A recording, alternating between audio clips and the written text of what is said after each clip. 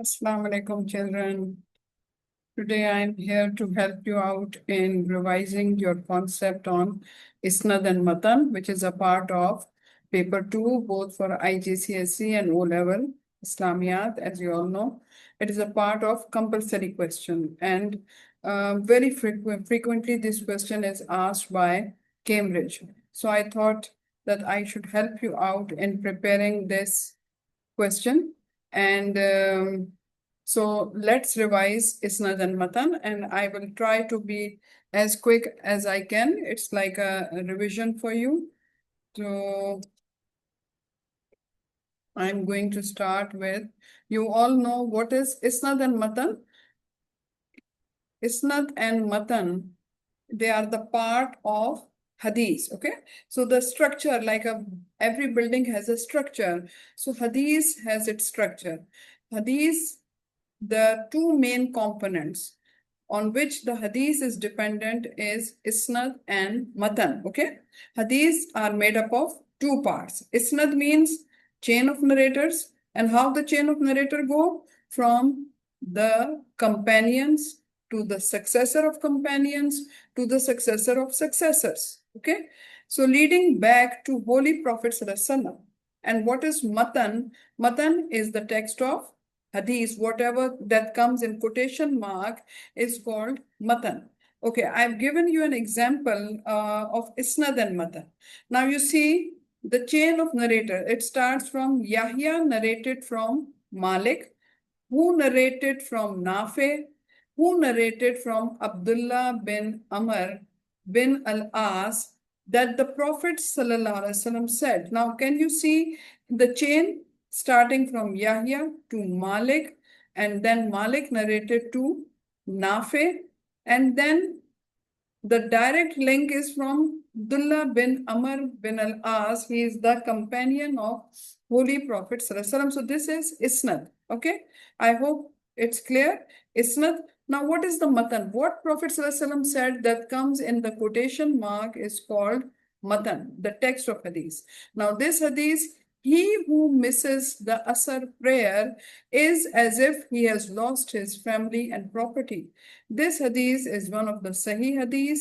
That means कि जिसने अपनी असर की नमाज मिस कर ली, वो ऐसा ही है जैसे उसने अपनी फैमिली या अपनी प्रॉपर्टी यानी उसकी उससे गुम हो गई.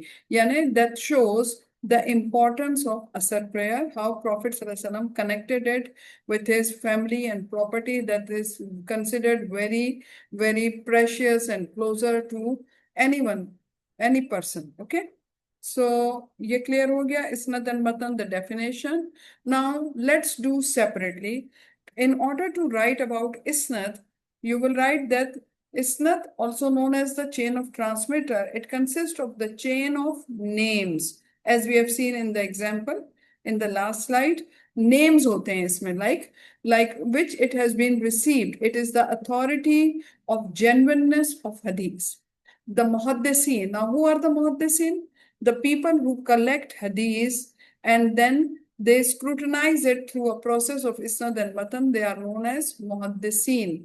The muhaddisin examine the line of transmission very carefully. Now, the person who is giving us, like if we hire someone for even for a task at our home, we have to see his personality, his honesty. He is not a liar, he is not a cheater, he is regular, punctual. ये मैं एक example दे रही हूँ कि अगर हम किसी made को, सर्वेंट को, हेल्पर को घर पे रखते हैं तो उसकी भी हम देखते हैं.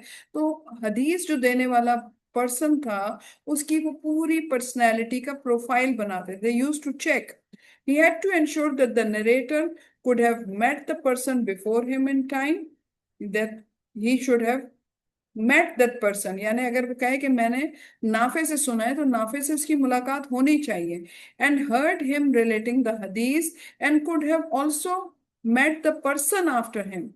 If now Nafe is talking about Abdullah bin Umar, then he should have met that person also. Okay, I'm just giving you example. And relating the hadith doing? The authenticity of the hadith largely dependent upon the continuity of the isnad. If there is a gap in the isnad, one of the companion is missing, or one of the successor of companion is missing, or successor of successor is missing, then that hadith was not rated as authentic or sahih hadith, right? The hadith researchers, now they developed Ilmul Hadith, a science was developed to make this collection very scientific, okay? Or the study of hadith to check their authenticity. To scrutinize the hadith, Asma or Rijal. Asma means name, Rijal means person. So they used to check the whole personality, the profile of the transmitter.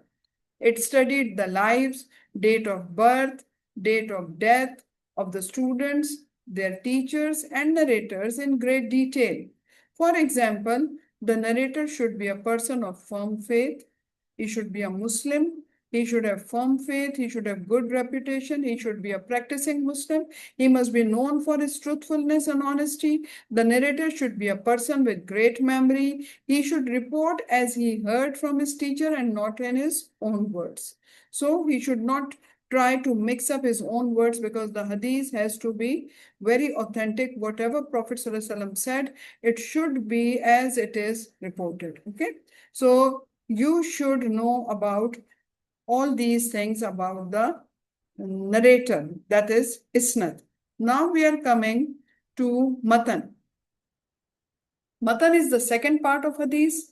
It is the text of hadith. The early compilers, they stipulated that for a hadith to be authentic, the text must be consistent with the meaning of Quran. If the Quran is commanding something, hadith should be seconding that commandment. Hadith should not be rejecting that commandment. Okay, it should be in agreement with accepted facts, should not contradict with any accepted hadith.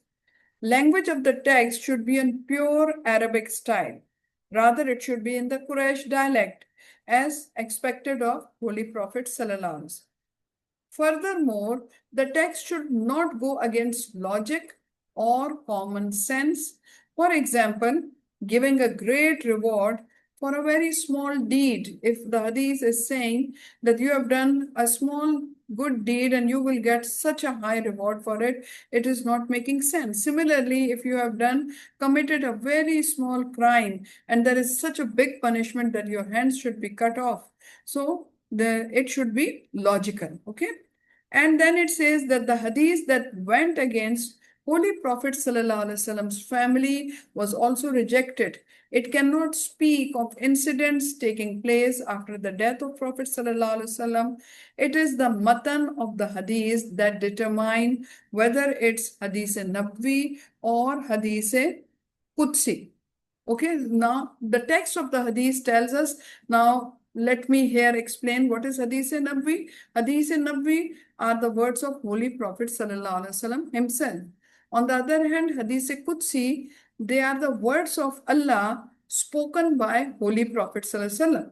But remember, they do not form a part of Quran. We cannot say that these are the revelation. So hadith qudsi is the most authentic hadith.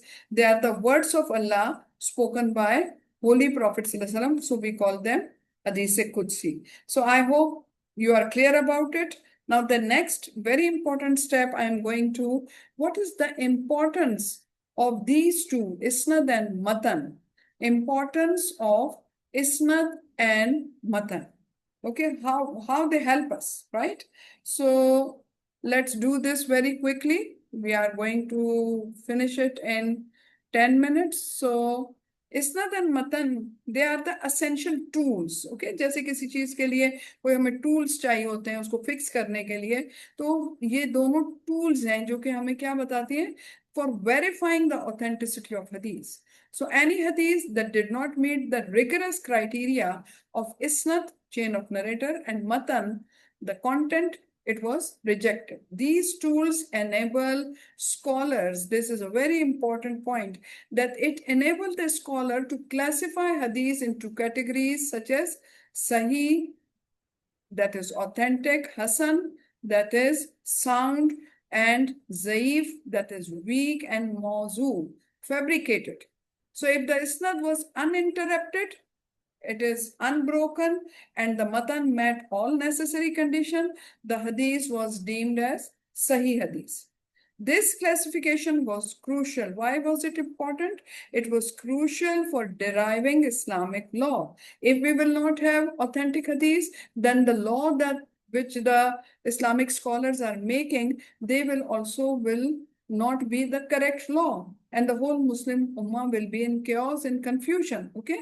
So as only reliable hadiths were used in legal rulings, during this process, the six authoritative collection, by six authoritative collection, I mean the Sihai Sitta collection, they were compiled, and this scholarly effort preserved the purity of Islam by protecting it from all kind of adulteration and fabricated narration.